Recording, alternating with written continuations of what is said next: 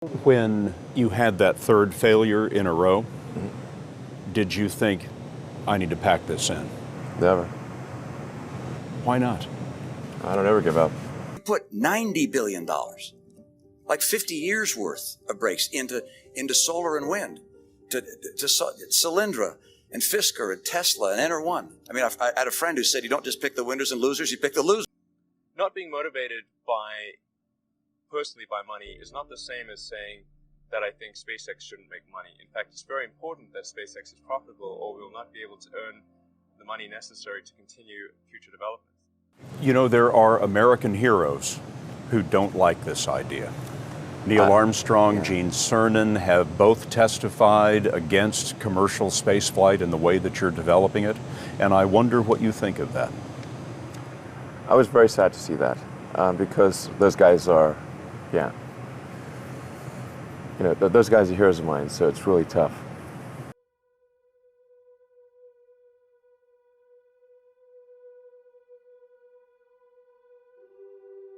Is what we are experiencing at this moment in time the turning point in man's reach for space, going from governments to private companies like yours? I think we're at the dawn of a new era, and I think it's going to be very exciting. What we're hoping to do with SpaceX is to push the envelope and provide a reason for people to be excited and inspired to be human.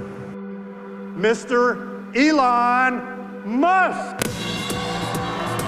Despite a chorus of skeptics, Musk built a car company called Tesla that turns out 5,000 high-end all-electric cars a year.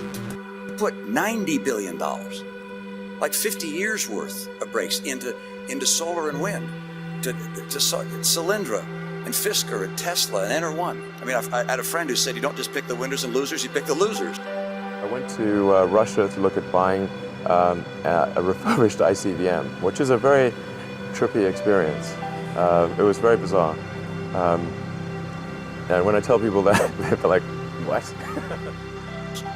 I'm available 24/7 to help solve issues. Call me 3 a.m. on a Sunday morning, I don't care. It'll get people really excited, and that would recharge human space exploration. That was my original idea. You just wanted to get people interested in space again? Yes, yes. Capture the imagination? Yes, that was the idea. We didn't just repay the principal, we actually repaid it with interest and a bonus payment. So ultimately, the U.S. taxpayer actually made a profit of over $20 million on this loan.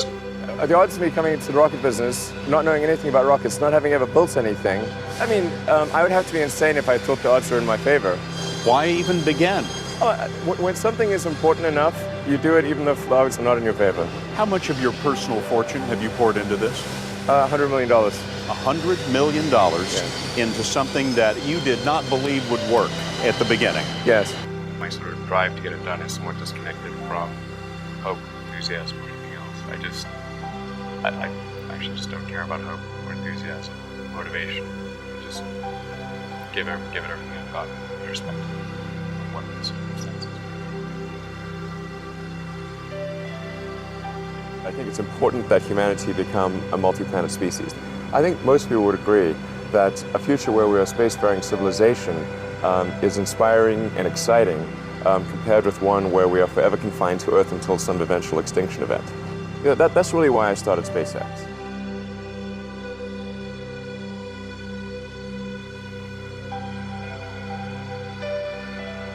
But I think people can choose to be not ordinary.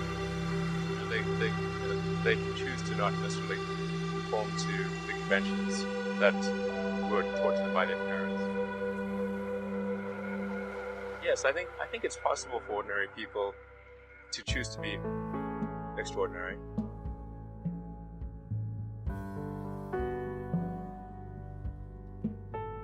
I think also just don't be afraid of new arenas. You can get a book, you can learn something, and experiment with your hands, and just make it happen. Find a way or make a way to get something done.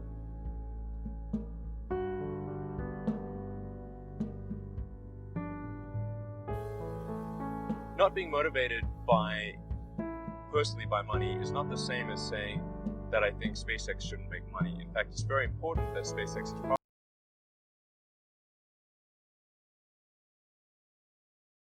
or we will not be able to earn the money necessary to continue future development.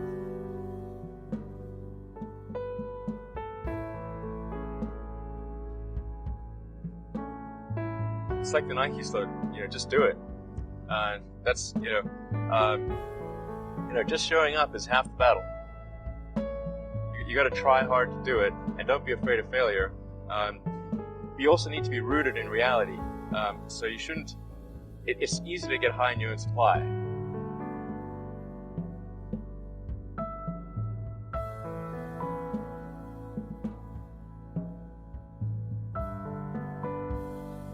So what that means is raw metal comes in, and then we build the engines, the airframe, the electronics, and we integrate all of that together. And that's all done more or less under one roof. Metal comes in one end of this factory. Yeah. Spaceships come out the other. Yes. Work like hell. I mean, you just have to put in, 80 to 100-hour weeks every week. If other people are putting in 40-hour work weeks and you're putting in 100-hour work weeks, you will achieve in 4 months what it takes them a year to achieve. A natural human tendency is wishful thinking. So a challenge for entrepreneurs is to say, well, what's the difference between really believing in your ideals and sticking to them versus pursuing some unrealistic dream that doesn't actually have merit? Your product or service needs to be much better. It can't be a little bit better. How did you get the expertise to be the chief technology officer of a rocket ship company? I do have a physics background. That's helpful as a foundation. And then I read a lot of books and talked to a lot of smart people. You're self-taught? Yeah. Well, self-taught, yes, meaning I don't have an aerospace degree. So how did you go about acquiring the knowledge? Well, like I said, I read a lot of books, talked to a lot of people, and have a great team. Like, there have to be reasons that you get up in the morning and you want to live.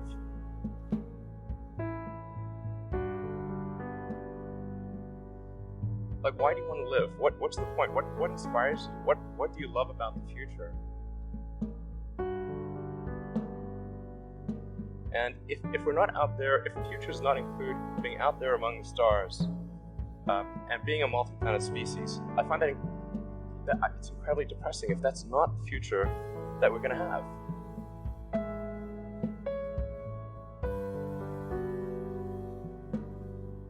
You have so much background in engineering.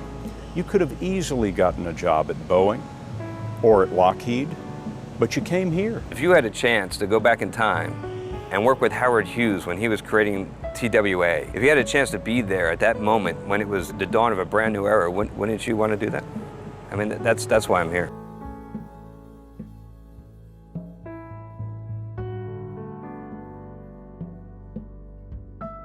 Look at the future from a standpoint of probabilities. It's like a branching stream of probabilities, and there are actions that we can take that affect those probabilities.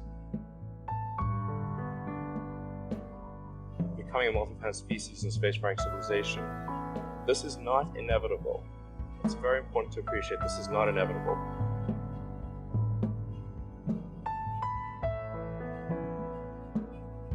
If you look at the progress in space, in 1969 we were able to send somebody to the moon. 4, 3, 2, 1, 0. All engine running. Liftoff. We have a liftoff. 32 minutes past the hour. Liftoff on Apollo 11. Tower clear. 1969. 30 seconds.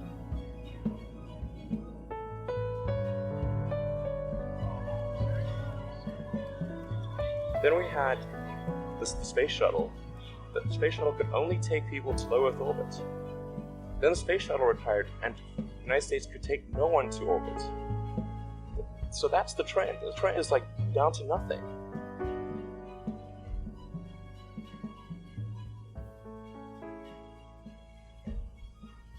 People are mistaken when they think that technology just automatically improves. It does not automatically improve.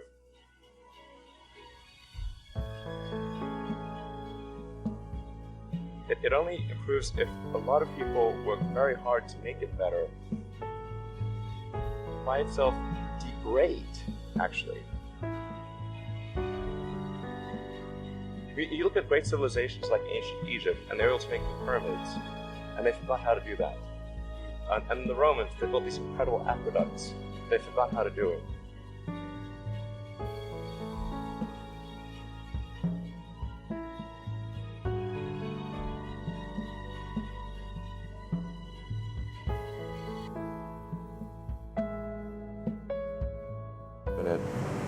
We would have not had the resources to mount a fifth. You couldn't have gone on at that point. Yes, death would have been, I think, inevitable because we did not have the resources to mount a fifth launch. This is a tricky business. Tricky. Yeah, yeah. I wish it wasn't so hard.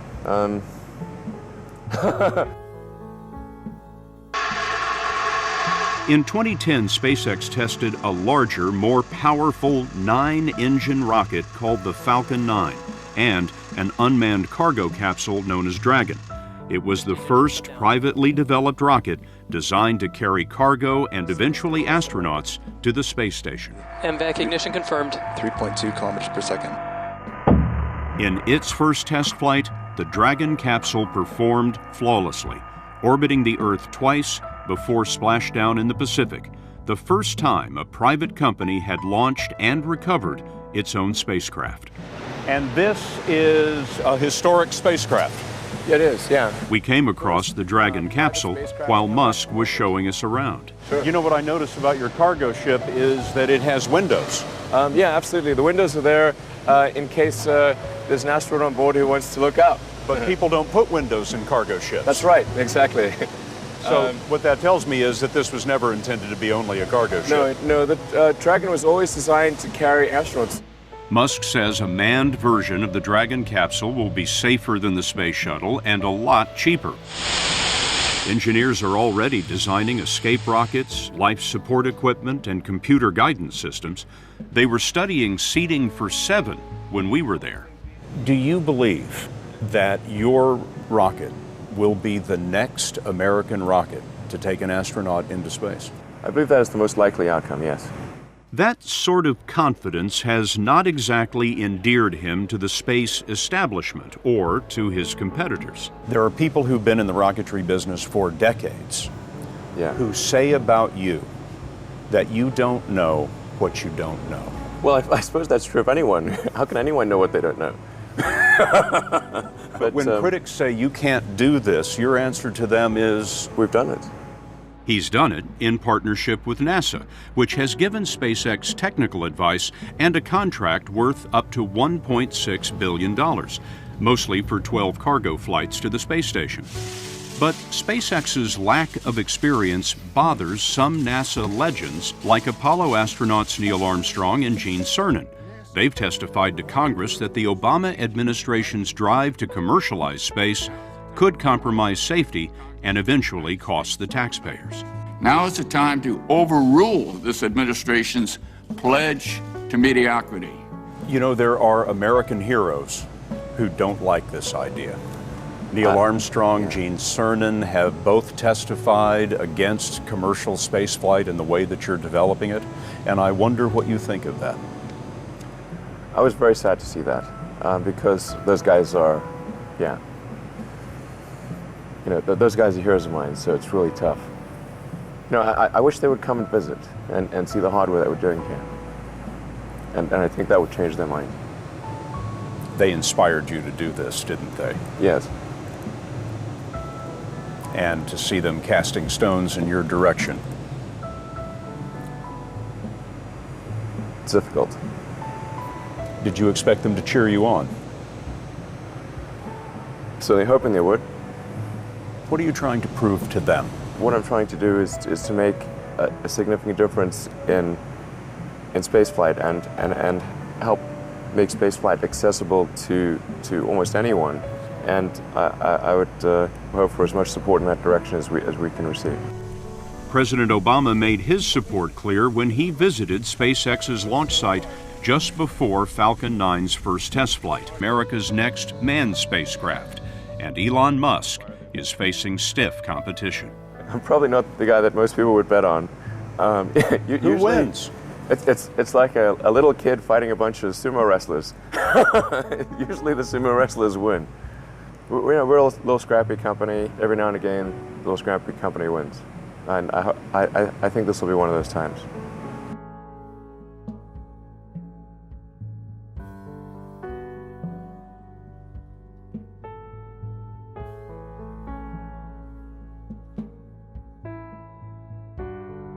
When you had that third failure in a row, did you think, I need to pack this in? Never. Why not? I don't ever give up. I mean, I'd have to be dead or completely incapacitated.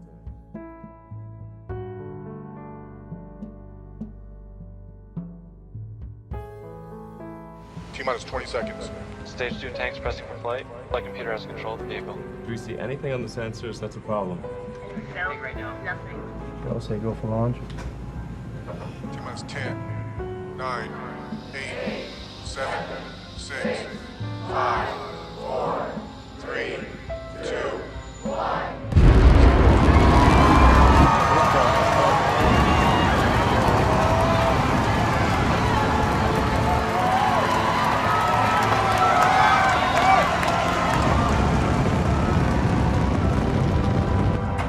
Baby. Come on, baby. Let's go. All right, side. What you got?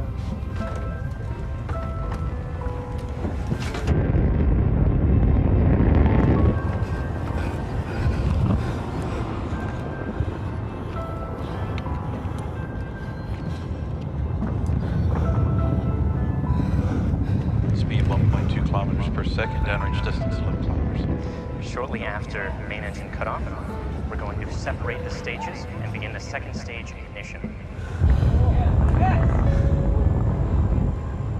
Come on.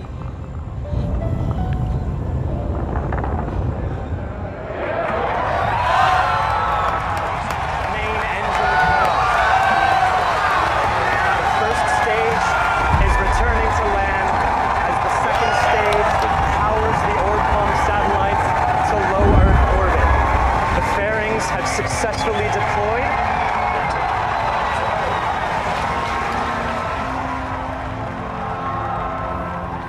The first stage will soon begin a series of 3 burns to head back towards Cape Canaveral. Okay, where's the... Okay, this is bad. Potentially bad.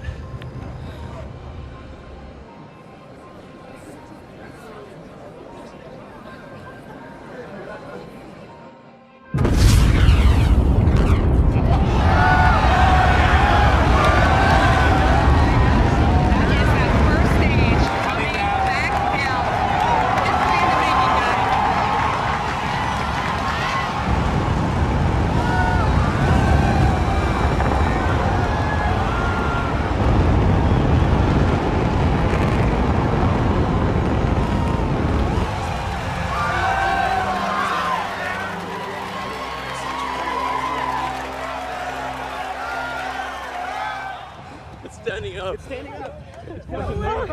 When we started coming in, it sounded like an explosion. Yeah, man. Oh my God. Yeah, look at this. Look at it. Look at it. It's just sitting there. Look at that. What? Holy smokes, man.